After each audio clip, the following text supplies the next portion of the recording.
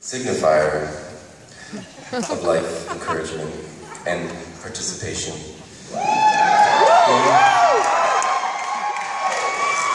In sound, which is really just a wave, it moves through bodies, through land and sea. It's a very powerful force. So it's very encouraging, and I used to hate when people clapped. It was kind of loud and cacophonous and annoying. I'd wear these like noise-canceling earphones everywhere, shut out the world. But that's horrible, don't do that. I think the best case scenario is that you're born into a world in which you are being positively reinforced. You can, even within the womb, they say that the unborn child, as it's moving through the birth canal, can hear the encouraging words of the doctor or the midwife. Bear down, push, you're doing great, keep going. And all that's working into the psychology of the child, hopefully. And then there you are, life. Kicking and screaming, of course, but... And then you remember back when you had your first diaper changed, all the encouragement you received from your mother or your father for having brought into the diaper, dispensed of... That's life, you know. I know it's a little gross to talk about feces, but it's a sign of life.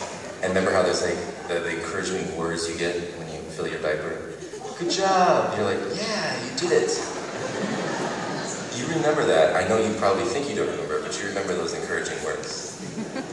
Okay, maybe you remember in elementary school, you know, you get back the test or whatever, and there's all those gold stars all over. You remember that? Encouraging gold stars. Those are very dear to you. I remember when you were taking oboe lessons. And your teacher was this bitchy widow who was an alcoholic. She soaked her oboe reeds in gin. And then you would play the sort of Marcello or Bach concerto, and she would say, oh, intonation is terrible, but your retardation of the slurred note at the end was perfect. That's all you remember from her, that one encouraging thing that she said. And that kept you on that stupid double reed instrument for 10 years.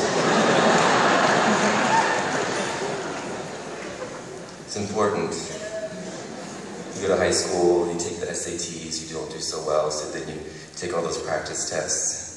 You go after school, so you can take more practice tests, and then finally you get that good score, and you can get to that good college, and then you major in biology or humanities, philosophy, I don't know what you major in, but all the encouraging words you receive from your faculty. Remember you write your dissertation on the cultural disambiguation of the ampersand in North Korea, circa 1914. Some obscure academic, scholastic bullshit that no one's ever going to read anywhere. But your mentor thinks the world of you and says that was such a beautiful, experimental, semantical, existential survey of linguistic heritage. They just put words together and it's encouraging. You get your Phi Beta Kappa key and you're like, damn it, I made it. You guys know what a Phi Beta Kappa is? Yes, Phi Beta Kappa. I have one. Wow. I graduated and I held that key to my heart. But then you go out in the real world, that second-rate marketing job in that cubicle in that Rust Belt town. Your first job, your first car, you saved up a lot of money for that 1989 Honda Accord. And then like 2 months later you realize it just reeks of cat pee. That's why it was so cheap. And then you fall in love. Person of your dreams. Turns out they're a hoarder. They're on the FBI's most wanted. You get fired from your job. It's so boring because you're playing computer games all day. Then you accidentally cut off your finger on the table saw. You can't get disability or anything because you don't have a job. So you move with your parents, you live in the basement. You start playing like first-person shooter games. You just shoot everything that you see. Just get that gun, whatever weapon it is, and just shooting whatever you see. And all those encouraging words that you heard in your childhood are gone. They receded to the periphery, to the dark matter of space. And the only cheerleader left is that interior monologue within you, that vindictive cheerleader. She's self-hating, and you're like, why did we even try? You have that little placard by your bed that says, why bother, who cares? You like cross-stitched yourself because you're just so depressed.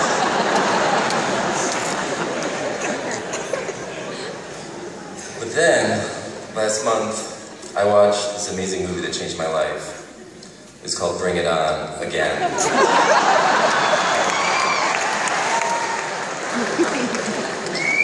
It's a whole like franchise about cheerleading. The first one stars Kirsten Dunst, I think, or Kirsten Dunst, right? The second one doesn't have anybody. Straight to DVD or whatever. But it's amazing. We watched it on the bus and it changed my life. It's in my top 10. It knocked out Showgirls. I know you've all seen it, but quick summary, they're going to college cheerleading squad, and it's an amazing team, and they won all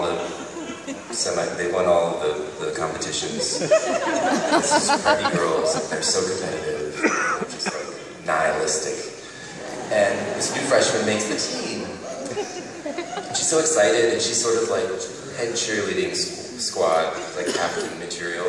But there's a kind of interpersonal conflict, and she kind of gets kicked off, and she's like, what am I going to do now? My whole life was cheerleading. And she decides to make an alternative cheerleading squad herself. And she recruits from like the modern dancers, the theater majors, and like the deadbeats, the stoners, like everyone she can. She's like, gathers them all together and creates a second cheerleading squad. And they're going to compete against them, sort of like the A-list preppy cheerleading squad. The problem is they don't have any sports teams to cheer for because they're all taken by them. So they decide they're going to cheer for croquet.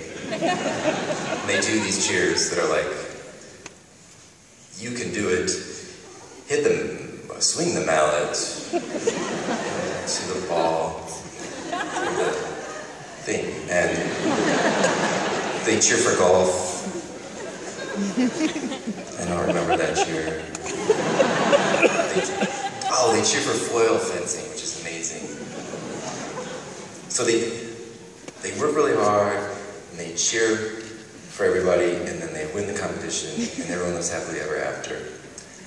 And it was so exciting for me because it made me realize how important it is to hear cheerleaders and what an important part they are in our lives every day.